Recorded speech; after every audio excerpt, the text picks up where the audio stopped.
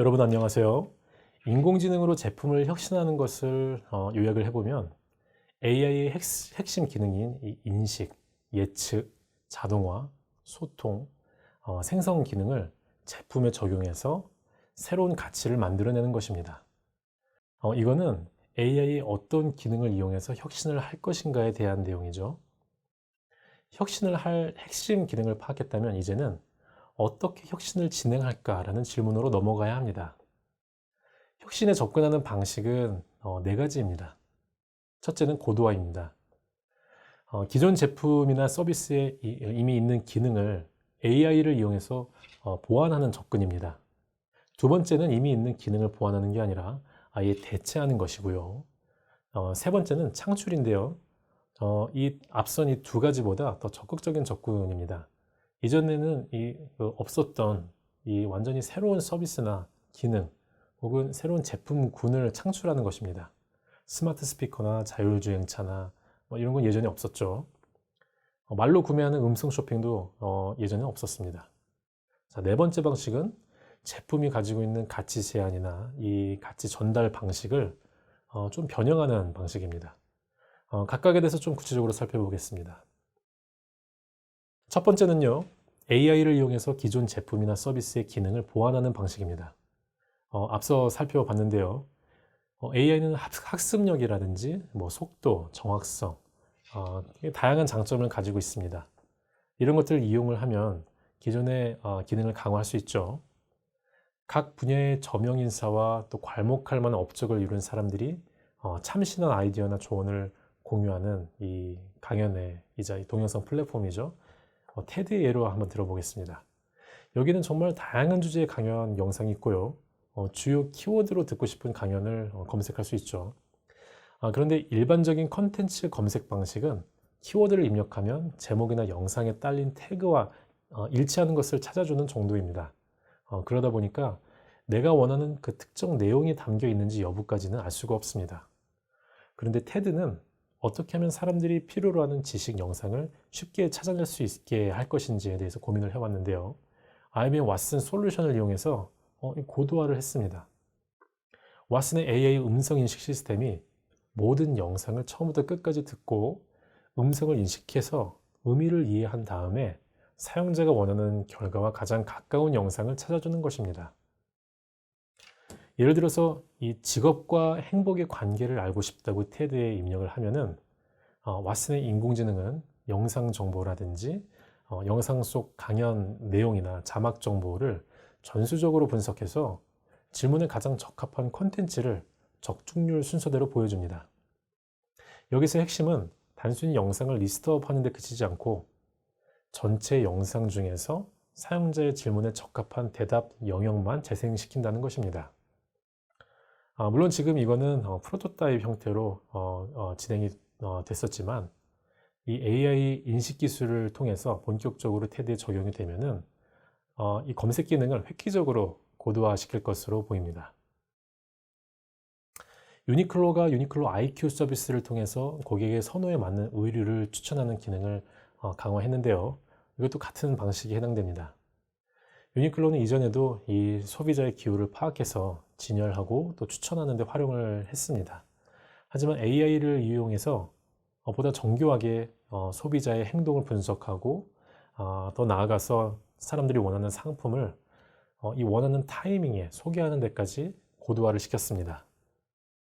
이걸 통해서 유니클로는 고객 추천 서비스의 적중률을 더 높였고요. 제품 판매율을 끌어올렸습니다.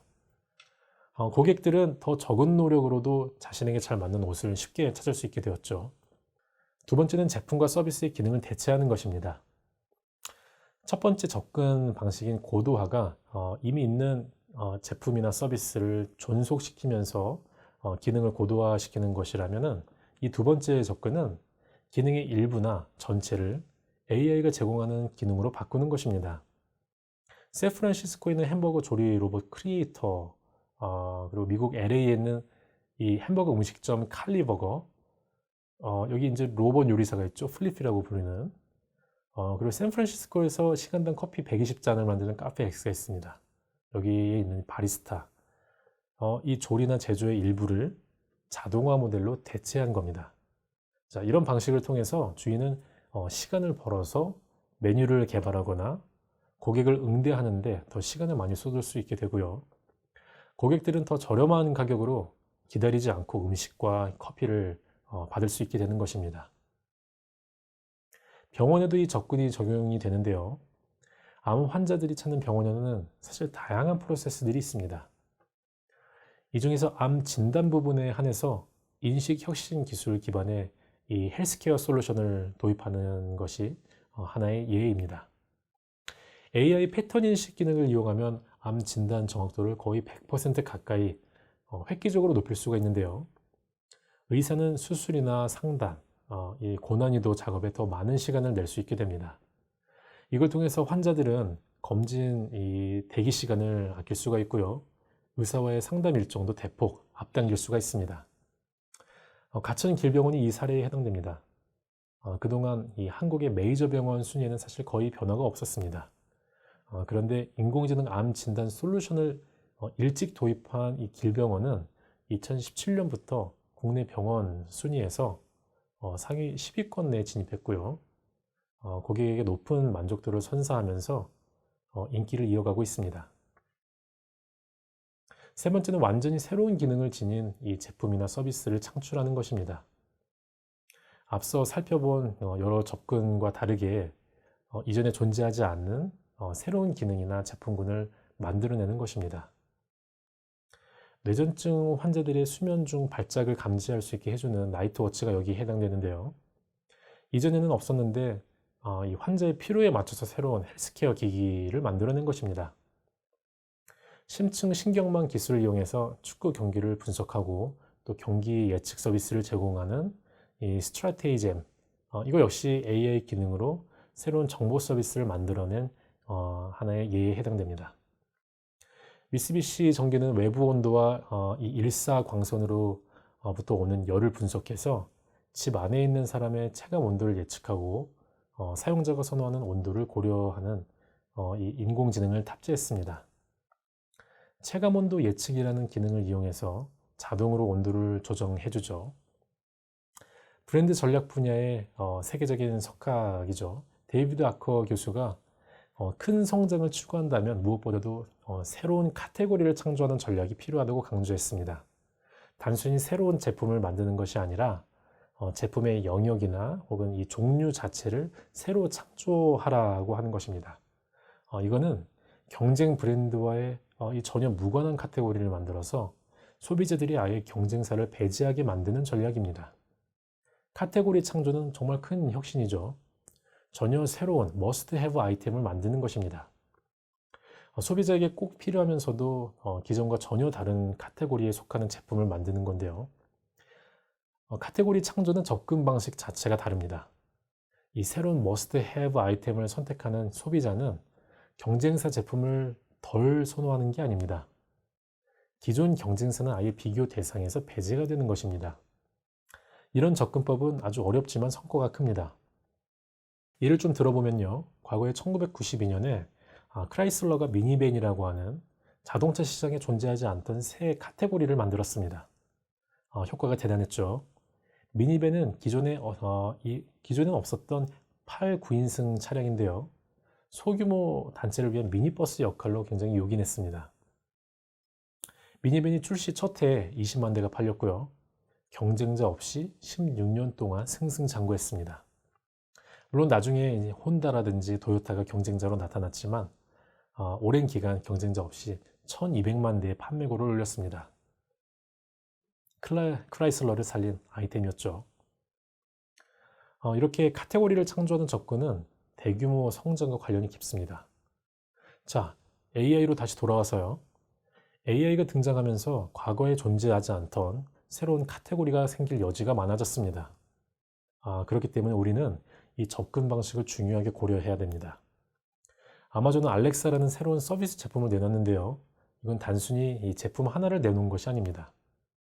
쇼핑에 대한 사람들의 접근 방식 자체를 획기적으로 바꾼 것입니다.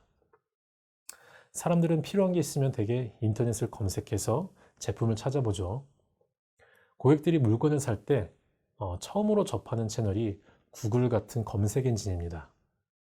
그러다 보니 아마존 입장에서는 고객의 첫 접점을 확보하지 못하게 되는 셈입니다.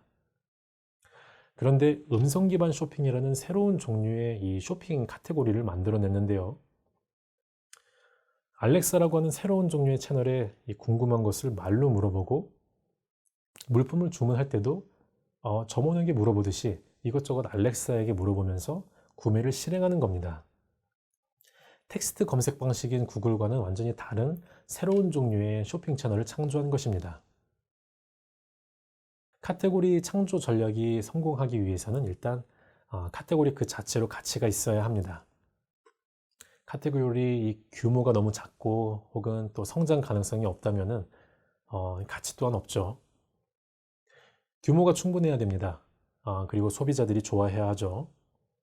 1980년대 기업들이 은행 서비스와 이 신용카드 서비스를 결합해서 원스톱 금융 서비스를 출시한 적이 있습니다. 하지만 그때 사람들이 관심을 보이지 않았습니다. 원스톱 서비스를 원하지 않았기 때문이죠. 이 세련된 모델은 금융계에서는 편리하다는 평가를 받았지만 고객들에게는 관심 밖이었습니다. 고객의 관심을 받는 카테고리여야 한다는 게 굉장히 중요합니다. 기업 입장에서 좋은 아이템은 사실 의미가 별로 없습니다. 머스트헤브가 아니면 소비자가 외면한다는 사실을 기억해야 하고요. 아마존이 음성 기반의 가상비서 알렉사를 통해서 사람들에게 정말 큰 편의성을 제공하고 있습니다.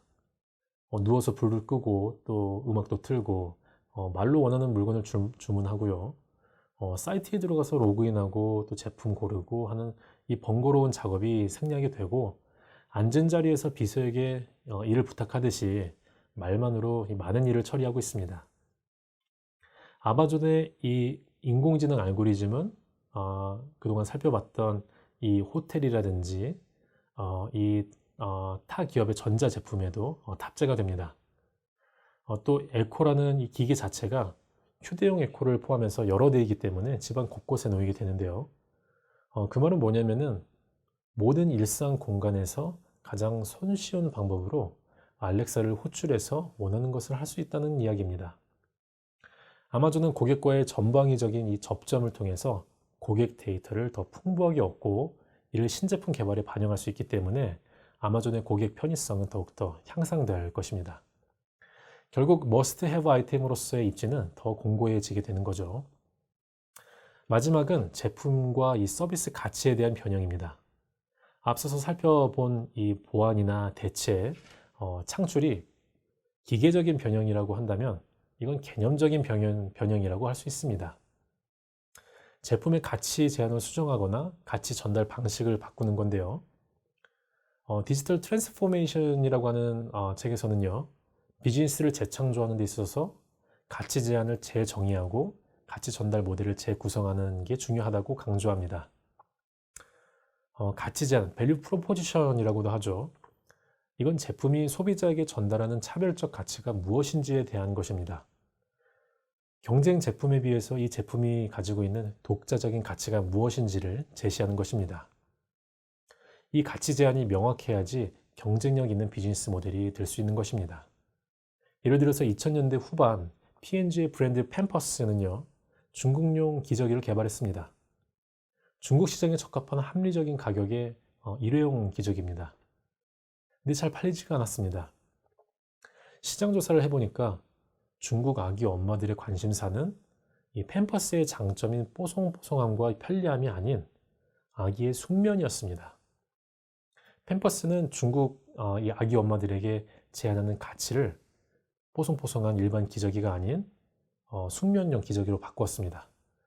그리고 아기의 수면 변화를 확인하기 위해 비교 집단 실험을 했고요.